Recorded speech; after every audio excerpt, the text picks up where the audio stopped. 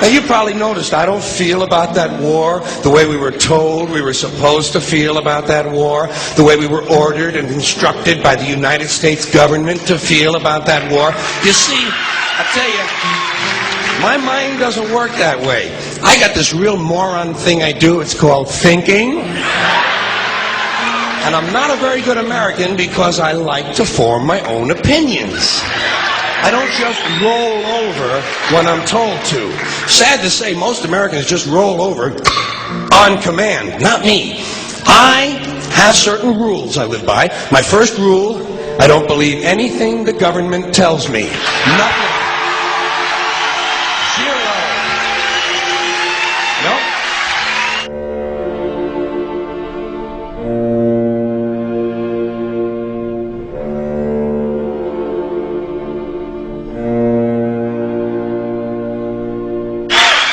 And I don't take very seriously the media or the press in this country, who in the case of the Persian Gulf War were nothing more than unpaid employees of the Department of Defense, and who most of the time function as kind of an unofficial public relations agency for the United States government. So I don't listen to them. I don't really believe in my country. And I gotta tell you folks, I don't get all choked up about yellow ribbons and American flags. Now, to balance the scale, I'd like to talk about some things that bring us together. Things that point out our similarities instead of our differences. Because that's all you ever hear about in this country is our differences. That's all the media and the politicians are ever talking about, the things that separate us, things that make us different from one another. That's the way the ruling class operates in any society. They try to divide the rest of the people. They keep the lower and the middle classes fighting with each other so that they, the rich, can run off with all the fucking money. Fairly simple thing, happens to work. You know, anything different, that's what they're going to talk about. Race, religion, ethnic and national background, jobs, income, education, social status, sexuality, anything you can do, keep us fighting with each other so that they can keep going to the bank. You know how I describe the economic and social classes in this country? The upper class keeps all of the money, pays none of the taxes. The middle class pays all of the taxes, does all of the work. The poor are there just to scare the shit out of the middle class. Keep them showing up at those jobs.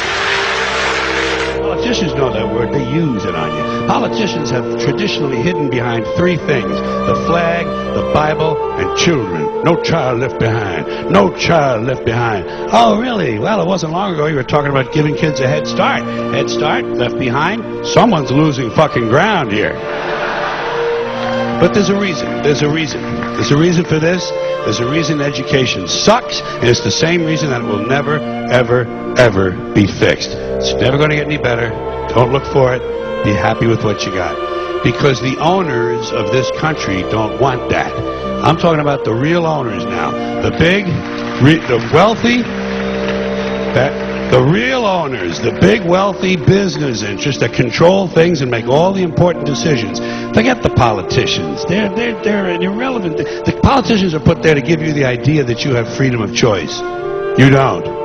You have no choice. You have owners. They own you. They own everything. They own all the important land. They own and control the corporations. They've long since bought and paid for the Senate, the Congress, the state houses, the city halls. They got the judges in their back pockets, and they own all the big all the big media companies. So they control just about all of the news and information you get to hear. They got you by the balls.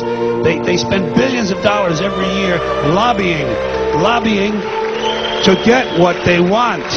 Well, we know what they want. They want more for themselves and less for everybody else. But I'll tell you what they don't want.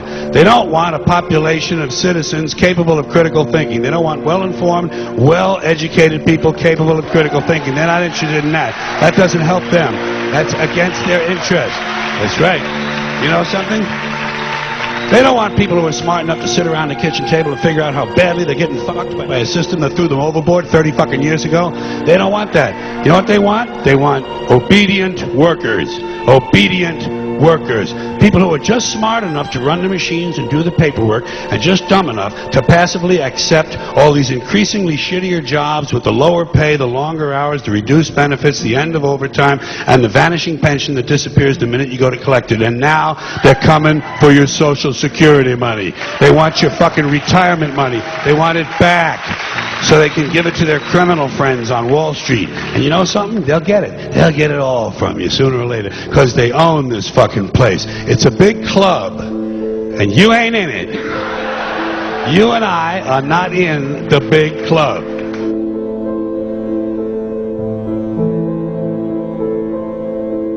The greatest form of control is where you think you're free when you're being fundamentally manipulated and dictated to.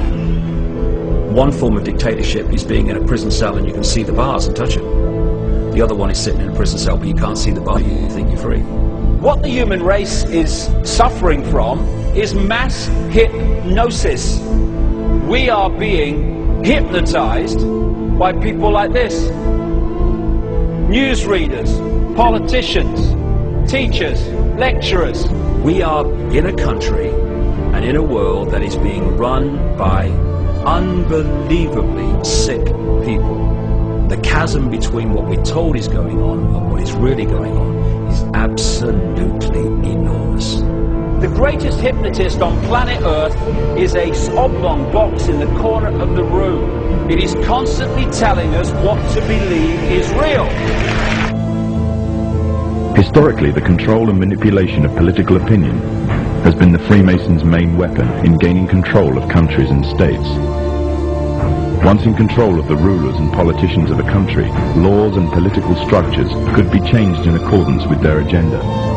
However, since restricting the body does not necessarily mean restricting the mind, the Freemason recognizes that their plan for a global government hinges completely on subduing the masses to their agenda, and thus eliminating opposition to their cause. And the greatest threat to their plan, posing more danger than any army or law, is the threat of a free-thinking mind. In order to eliminate this threat and to achieve their objective, the Masons have set about the boldest plan ever devised: the complete control of every aspect of human life, your life. And the weapons they are using against you are in your very homes, entertaining you and your children, and gradually indoctrinating you without you even realizing.